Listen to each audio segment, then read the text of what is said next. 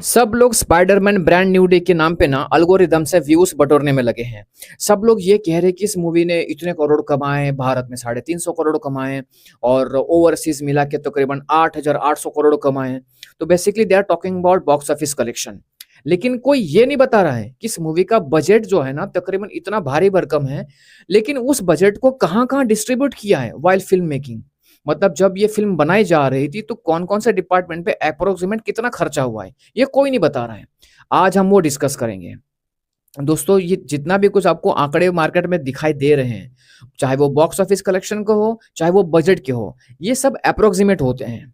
क्योंकि जितना पैसा खर्चा किया गया है, वो किसको पता चलता है? जिसने इनवॉइसिंग जनरेट की है, जिसने एक्चुअली एनएफटी किया हो, कोई बैंक ट्रांसफर किया हो, कोई पेमेंट कैश में किया हो, वो एक्चुअल इनवॉइसिंग बिलिंग कितना हुआ है, ऑन दैट बेसिस तय होता है कि फ़िल्म ने कितना खर्चा किया है और फ़िल्म ने कितना कमाया है। वो सिर्फ़ प्रोडक्शन हाउस और टैक्स डिपार्टमेंट को पता होता है, इसके अलावा किसी को पता नहीं होता है। बाकी जितना भी मीडिया में बताया जा रहा है ना, वो एक एप्रोक्सिमेट नंबर्स होते हैं।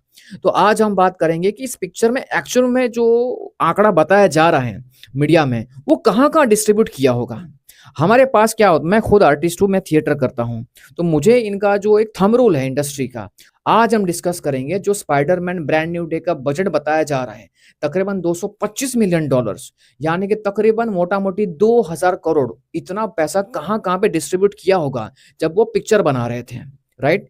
तो दोस्तों मैं आपको बता दूँ कि ये जो $225 मिलियन का जो बजट बताया जा रहा है, ये मैन्युफैक्चरिंग कॉस्ट है, प्रोडक्शन कॉस्ट है। मतलब उस फ़िल्म को अरेंज करने में, बनाने में, शूट करने में, एडिट करने पे जो पैसा खर्चा हुआ है, वो 225 है। लेकिन इस मूवी का जो मार्केटिंग किया गया है, पीआर है, एड्स है, इसको अगर ऐड करेंगे तो इस ऐड करने के बाद आपको $350 मिलियन तक पहुँच जाता है। तो आपको मार्केट में जो चीज़ बताई जा रही है $225 मिलियन, ये विदाउट मार्केटिंग कॉस्ट है, समझ रहे हो? तो आज हम शॉर्टली डिस्कस करते हैं कि इतना पैसा आखिर उन्होंने कहाँ डिस्ट्रीब्यूट किया? यहाँ पे वीएफएक्स है, एक्शन है और मार्वल के सीक्रेट टेक्नोलॉजी है, क्रू डिपार्टमेंट है, एक्टर्स है, उनका पेमेंट सब कुछ सब मिला के। तो थंब रूल के हिसाब से ना अब पहला बात करते हैं कास्ट की सैलरी मतलब एक्टर्स का पेमेंट। ये लगभग 20 से 25% बताया जाता है। मतलब बजट का 20 से 25% कास्ट की सैलरी दी जाती है। सबसे पहले आते हैं एक्टर्स। देखिए इस पिक्चर में जो टॉम हॉलैंड है, टॉम हॉलैंड अब मार्वल का सबसे बड़ा स्टार बन चुका है, तो उसका सैलरी भी बढ़ चुकी है, राइट? इसके अलावा जो सपोर्टिंग कास्ट है, उनका भी पेमेंट करोड़ों में ही होता है, क्योंकि हम इंडियन करेंसी की बात करें, तो डॉलर के मुकाबले वो करोड़ों में ही जाता है। So approximately 45 to 55 million dollars cast के सैलरी पे खर्च किए गए हैं। दूसरा है विजुअल इफेक्ट्स। ऑब्वियसली स्पाइडरमैन एक एक्शन फ्रेंचाइजी है। यहाँ पर जो वीएफएक्स इस्तेमाल किया गया है, उस पे तकरीबन 30% ऑफ बजट स्पेंड किया जाता है। स्पाइडरमैन की सबसे बड़ी पहचान है उसका विजुअल। उसमें स्पाइडरमैन का जो लचीलापन है, घूमना है, उछल-कूद करना है, किसी चीज़ को पकड़ना है। उसके बाद जो डिजिटल वर्ल्ड है, जो न्यूयॉर्क सिटी दिखाई गई है, वो डिजिटल है। मॉन्स्टर इफ़ेक्ट हो गया, सीजीआई एनवायरनमेंट्स हो गए, सूट एनहांसमेंट हो गए, इसमें बहुत ये सब डिजिटल दुनिया है। सो वीएफएक्स स्टूडियो की जो टीम है ना, इस पे महीनों तक काम करती है। तो तकरीबन 30% of the our budget will be spend on this VFX. और मार्वल की फ़िल्मों में जो वीएफएक्स होता है ना दोस्तों, ये सबसे महँगा डिपार्टमेंट है। तो इस पे तकरीबन 60 टू 70 मिलियन डॉलर्स खर्च किए गए हैं। नेक्स्ट बढ़ते हैं एक्शन एंड स्टंट्स पे।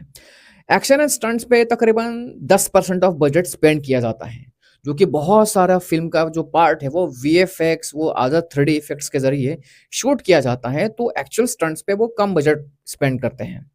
स्पाइडरमैन की फ़िल्मों में सिर्फ़ सीजीआई नहीं होता है। कुछ ऐसी भी चीज़ें हैं जहाँ पे आपको एक्चुअल स्टंट करने पड़ते हैं। वायर वर्क हो गया, कार चेसिंग हो गया, एक्सप्लोजन, फाइट कोरियोग्राफी हो गया, सेफ्टी टीम हो गई, स्टंट डबल्स हो गए। इस पे तकरीबन 20 से 25 मिलियन डॉलर्स खर्चा हो जाता है। नेक्स्ट है सेट्स एंड प्रोडक्शन डिज़ाइन। देखिए मार्वल जो है ना, वो सिर्फ़ ग्रीन स्क्रीन पे शूट नहीं करता है, एक्चुअल लोकेशन भी शूट करना पड़ता है, राइट? तो उसमें बिल्डिंग्स हो गई, अपार्टमेंट्स हो गए, लैबोरेटरीज़ हो गए, प्रैक्टिकल सेट्स हो गए, प्रॉप्स हो गए, लाइटिंग, कॉस्ट्यूम, इन पर तकरीबन 20 से 25 मिलियन डॉलर खर्च हो जाता है। अब आपने एक्टर का तो पगार कर दिया, व्हाट अबाउट क्रू? नेक्स्ट है क्रू सैलरी। देखिए एक ब्लॉकबस्टर फ़िल्म में ना सिर्फ़ एक्टर का पेमेंट नहीं होता है, उसका डायरेक्टर हो गया, सिनेमैटोग्राफर हो गया, editor, camera crew, makeup artist, lightman, hair department, costume designer, sound team, production assistant, उसमें छोटे-मोटे लोग भी बहुत सारे हैं। आपकी जो सेफ्टी टीम हो गया वो भी है। तो कुल मिला के बहुत हज़ारों लोग महीनों तक काम करते हैं। तो इनका मोटा-मोटी हम ना 20 से $25 मिलियन खर्च पकड़ के चलते हैं। अब आपने एक्शन देख लिया, विजुअल देख लिया, what about sound? Yes, next is music and sound design. Marvel की फ़िल्मों में ना बैकग्राउंड म्यूज़िक भी बहुत बड़ी चीज़ है। Orchestra recording, sound mixing, Dolby Atmos आपने देखा होगा, ऑडियो एडिटिंग और इसमें तकरीबन 5 से $10 मिलियन हम पकड़ के चलिए।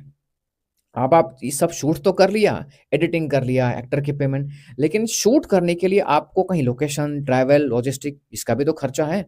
तो होटल्स हो गया, flight, equipment transport, security, insurance, permit ये छोटा-मोटा जो है ना बहुत-बहुत खर्चा होता है। क्योंकि इतने बड़े बजट को रिकवर करने के लिए सिर्फ टिकट सेल्स नहीं, उसको merchandise, streaming, TV rights, music rights, brand deals ये सब से गुज़रना पड़ता है, तब जाके पैसा रिकवर होता है।